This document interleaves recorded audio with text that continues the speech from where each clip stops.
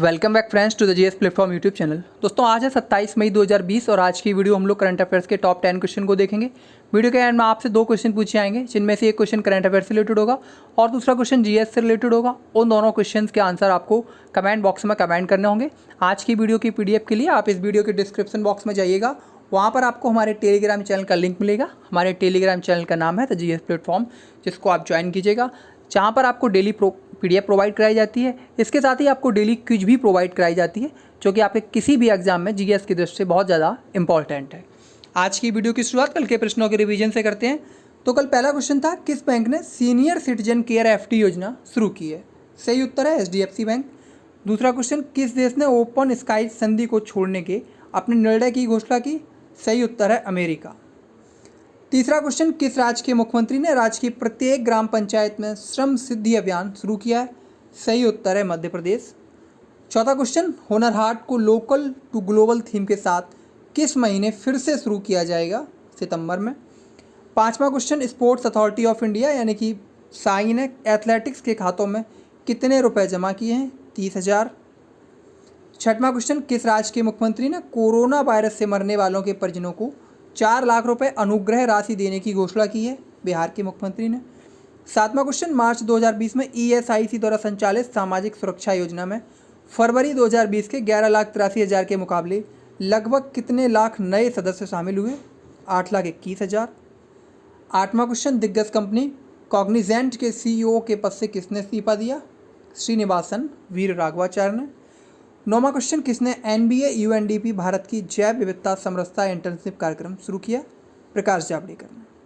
कल की कुछ के आंसर करंट अफेयर्स में कल आपसे पूछा गया था, इंपॉर्टेंट क्वेश्चन है। कौन विश्व की सबसे अधिक वेतन पाने वाली महिला एथलीट बन गई हैं? नाओमी ओसाका जापान की हैं, टेनिस से संबंधित हैं, 2 बार ग्रैंड स्लैम चैंपियन भी रह चुकी हैं। GS में आपसे पूछा गया था कि बिंबिसार किस वंश के राजा थे? तो बिंबिसार हर्यक वंश के राजा थे और इन्होंने हर्यक वंश की स्थापना की थी। हर्यक वंश मगध राज्य से संबंधित था, तो बिंबिसार मगध साम्राज्य के सम्राट थे और उसने अंग राज्य को जीतकर अपने साम्राज्य का विस्तार भी किया था। बिंबिसार का जो जन्म वो लगभग 558 ईसा पूर्व के समथिंग हुआ था और मृत्यु हुई थी 491 ईसा पूर्व में। बिंबिसार के बाद अजातशत्रु हर्यक वंश का शासक बना था। आज के प्रश्न, तो पहला क्वेश्चन है, सरकारी एजेंसियों द्वारा गेहूं की खरीद 2019 के 341.31 लाख टन के आंकड़ों के पार करके 2020 में कितने लाख टन हुई? और ये इंपॉर्टेंट क्वेश्चन है। इस क्वेश्चन का जो सही आंसर है वो है ऑप्शन बी, 341.56 लाख टन। तो 24 मई 2020 को सरकारी एजेंसियों द्वारा गेहूं की खरीद 2019 के 341.31 लाख टन के आंकड़े को पार करके 2020 में 341.56 लाख टन हुई। गेहूं क्या है? गेहूं रबी की फसल है और इसकी सामान्यतः जो बुवाई होती है वो अक्टूबर से नवंबर के महीनों में की जाती है। इन फसलों की बुवाई के समय कम तापमान तथा गर्म वातावरण की आवश्यकता होती है। रबी की फसलों में गेहूं के साथ जौ है, चना है, मसूर, सरसों ये आती हैं। अगला क्वेश्चन, किस राज्य ने घर लौटने वाले श्रमिकों के रोजगार के लिए एक पलायन आयोग स्थापित करने का निर्णय लिया है? सही आंसर है ऑप्शन बी, उत्तर प्रदेश। उत्तर प्रदेश सरकार ने घर लौटने वाले श्रमिकों के लिए रोजगार खोजने में मदद करने के लिए एक पलायन आयोग का गठन करने का निर्णय लिया है। जो भी राज्य उत्तर प्रदेश से मजदूर चाहता है उसे उसकी अनुमति लेनी होगी। नियोजित आयोग श्रमिकों के अधिकारों को देखेगा, उनके शोषण को रोकेगा और एक आधिकारिक ढांचा प्रदान करेगा।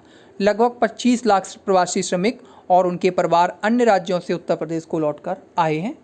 अब बात उत्तर प्रदेश की करें तो उत्तर प्रदेश का पुराना नाम संयुक्त प्रांत। उत्तर प्रदेश अपने वर्तमान जो स्वरूप है उसमें अस्तित्व में आया 24 जनवरी 1950 को, इसीलिए प्रत्येक वर्ष 24 जनवरी को यूपी स्थापना दिवस मनाया जाता है। उत्तर प्रदेश में विधानसभा सीटों की बात की जाए तो 403 है। विधान परिषद सीटों की संख्या है 100। लोकसभा सीटें उत्तर प्रदेश में देश में सबसे ज़्यादा हैं 80। राज्यसभा सीटें भी उत्तर प्रदेश में देश में सबसे ज़्यादा हैं 31। वर्तमान में मुख्यमंत्री हैं श्री योगी आदित्यनाथ जी, राज्यपाल हैं श्रीमती आनंदीबेन पटेल। अगला question, international missing children day कब मनाया जाता है? इस क्वेश्चन का सही आंसर है ऑप्शन सी, 25 मई। तो 25 मई को इंटरनेशनल मिसिंग चिल्ड्रन डे यानी कि अंतर्राष्ट्रीय गुमशुदा बाल दिवस के रूप में मनाया जाता है। यह दिवस दुनिया भर में उन बच्चों को याद करने के लिए चिन्हित किया जाता है जो लापता हैं और या फिर जो लापता होने के बाद मिल गए हैं। अमेरिका में सबसे पहले 1983 में गुमशुदा बाल दिवस शुरू हुआ था। अगला क्वेश्चन, किस राज्य ने अगले 3 महीनों के लिए मंडलीय अस्पतालों में ऑक्सीजन की आपूर्ति के लिए मेडिकल गैस पाइपलाइन सिस्टम स्थापित करने का निर्णय लिया है? सही आंसर है ऑप्शन ए बिहार। बिहार ने अगले 3 महीनों में अपने सभी 16 उपमंडलीय अस्पतालों में ऑक्सीजन की आपूर्ति के लिए मेडिकल गैस पाइपलाइन सिस्टम स्थापित करने का निर्णय लिया है। राज्य सरकार अपने सभी जिला अस्पतालों के लिए केरल जैसे वॉक इन कियोस्क की खरीद के अलावा अगले 2 वर्षों के लिए दवा की आपूर्ति के लिए एक आदेश देने के लिए भी तैयार है, जिसमें हाइड्रोक्सी क्लोरोक्वीन की 3.5 मिलियन स्ट्रिप्स शामिल हैं। ये सब क्यों हो रहा है? क्योंकि लगभग जुलाई, अगस्त, सितंबर के महीनों में बिहार में चमकी बुखार का प्रकोप बढ़ जाता है। पिछले वर्ष बहुत ज़्यादा नुकसान हुआ था चमकी बुखार से। बिहार की बात करें तो राजधानी है पटना, जो कि सबसे बड़ा शहर भी है। वर्तमान में राज्यपाल हैं फागू चौहान, मुख्यमंत्री हैं नीतीश कुमार। बिहार का गठन 1912 में हुआ था बंगाल से अलग होकर। और बिहार में 2 सदनी विधानमंडल है। विधान परिषद सीटों की संख्या 75, विधानसभा सीटों की संख्या 243। राज्यसभा सीटों की बात की जाए तो बिहार में है 16 और लोकसभा सीटों की बात की जाए तो बिहार में है 40। अगला क्वेश्चन, प्रतिष्ठित inventor of the year award से किसे सम्मानित किया गया है? इंपॉर्टेंट क्वेश्चन है। सही आंसर है option C Rajiv Joshi. Indian अमेरिकी इन्वेंटर राजीव जोशी ने प्रतिष्ठित इन्वेंटर ऑफ द ईयर पुरस्कार जीता है। उन्हें इलेक्ट्रॉनिक उद्योग को आगे बढ़ाने और कृत्रिम बुद्धिमत्ता क्षमताओं को यानी कि आर्टिफिशियल इंटेलिजेंस को बेहतर बनाने में उनके अग्रणी कार्य को मान्यता प्रदान की गई। डॉक्टर जोशी, जो कि अमेरिका में 250 से अधिक पेटेंट आविष्कार के साथ एक मास्टर आविष्कारक हैं, न्यूयॉर्क में IBM Thomson Watson research centre में काम करते हैं। अगला क्वेश्चन, भारतीय विवाद समाधान केंद्र यानी कि IDRC का उद्घाटन किसने किया? सही आंसर है option D justice AK Sikri. Important question है। सुप्रीम कोर्ट ऑफ इंडिया के पूर्व चीफ जस्टिस यानी कि CJI जस्टिस AK सीकरी ने, पूर्व न्यायाधीश हैं, चीफ जस्टिस नहीं रहे, जस्टिस AK सीकरी ने भारतीय विवाद समाधान केंद्र यानी कि IDRC का उद्घाटन किया। यह एक कागज रहित विवाद समाधान वातावरण प्रदान करेगा। यह केंद्र अपने ई मध्यस्थता और ई-सुलह सॉफ्टवेयर पोर्टल के माध्यम से ऑफलाइन और साथ ही वैकल्पिक विवाद समाधान यानी कि ADR सुविधा को प्रदान करेगा।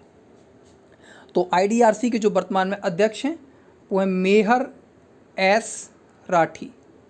मेहर एस राठी इसके अध्यक्ष हैं और जो IDRC का कार्यालय होगा वो आपका नई दिल्ली में होगा। हालांकि ये ऑफलाइन सुविधा भी प्रदान करेगा। अगला क्वेश्चन, किस राज्य ने 1100 दुर्लभ पौधों को विलुप्त होने से बचाने के लिए एक अनूठी रिपोर्ट जारी की है? सही आंसर है ऑप्शन बी उत्तराखंड। उत्तराखंड ने 1100 दुर्लभ पौधों को विलुप्त होने से बचाने के लिए अपने संरक्षण प्रयासों को उजागर करने वाली एक अनूठी रिपोर्ट जारी की है। मुखबिर वन सेवा अधिकारी संजीव चतुर्वेदी द्वारा निष्पादित इस संरक्षण कार्यक्रम में अश्वगंधा, गिलोय, कालमेघ और चित्रक जैसी जड़ी बूटियां शामिल हैं। 24 मई 2020 को यह रिपोर्ट जारी की गई। बात उत्तराखंड की करें तो राजधानी है देहरादून, जो कि सबसे बड़ा शहर भी है। जिलों की संख्या 13। उत्तराखंड का गठन उत्तर प्रदेश से अलग होकर 9 नवंबर 2000 को हुआ था। वर्तमान में राज्यपाल हैं श्रीमती बेबी रानी मौर्य, मुख्यमंत्री हैं श्री त्रिवेंद्र सिंह रावत। भारतीय जनता पार्टी की सरकार है। विधानसभा सीटों की बात की जाए तो 71 विधानसभा सीटें हैं। राज्यसभा सीटों की बात की जाए तो 3 हैं और लोकसभा सीटों की बात की जाए तो 5 लोकसभा सीटें हैं उत्तराखंड में। अगला क्वेश्चन, इंडियन आर्मी की मदद से भारतीय संघ ने किस देश के शहर जिंजा में एक सैन्य युद्ध खेल केंद्र स्थापित किया है? और ये इंपॉर्टेंट क्वेश्चन है। सही आंसर ऑप्शन बी युगांडा। भारतीय सैन्य प्रशिक्षण दल की मदद से भारतीय संघ ने युगांडा में जिंजा जिले में एक सैन्य युद्ध खेल केंद्र स्थापित किया है। 24 मई 2020 को युगांडा के राष्ट्रपति योवेरी मुसेवेनी ने युगांडा पीपुल्स डिफेंस फोर्सेस के लिए भारतीय सैन्य दल द्वारा परिकल्पित युद्ध खेल केंद्र का उद्घाटन किया। इस युद्ध खेल केंद्र का जो नाम है वो है इंडिया। युगांडा की बात करें तो राजधानी है कंपाला।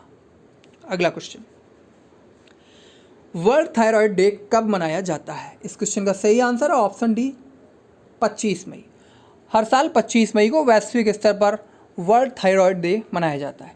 थायराइड रोग किसी भी और सभी रोगों को संदर्भित करता है जो कि थायराइड ग्रंथि में हो सकते हैं।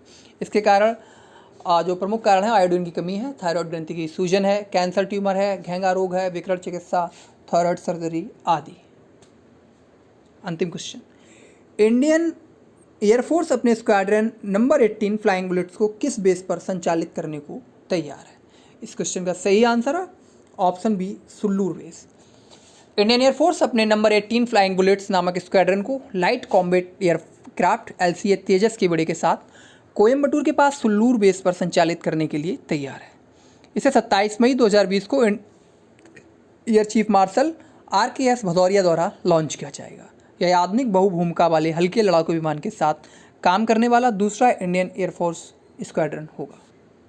आज की कुछ करंट अफेयर्स में आज आपके लिए क्वेश्चन है, किस राज्य ने खेलों को उद्योग का दर्जा दिया है। इंपॉर्टेंट क्वेश्चन भी है। इस क्वेश्चन का आंसर आपको कमेंट बॉक्स में #CA के साथ देना है। भाई GS में आपके लिए आज का क्वेश्चन है, निम्न में से किस देश की सीमा समुद्र से मिलती है, यानी कि इनमें से कौन सा लैंड लॉक्ड देश नहीं है। इस क्वेश्चन का आंसर आपको कमेंट बॉक्स में #GS के साथ देना है। तो थैंक यू फ्रेंड्स, ये थी आज की वीडियो आपको कैसी लगी ये कमेंट बॉक्स में ज़रूर बताएं। अगर ख़राब लगी हो तो भी बताएं, अच्छी लगी हो तो भी बताएं। Thank you.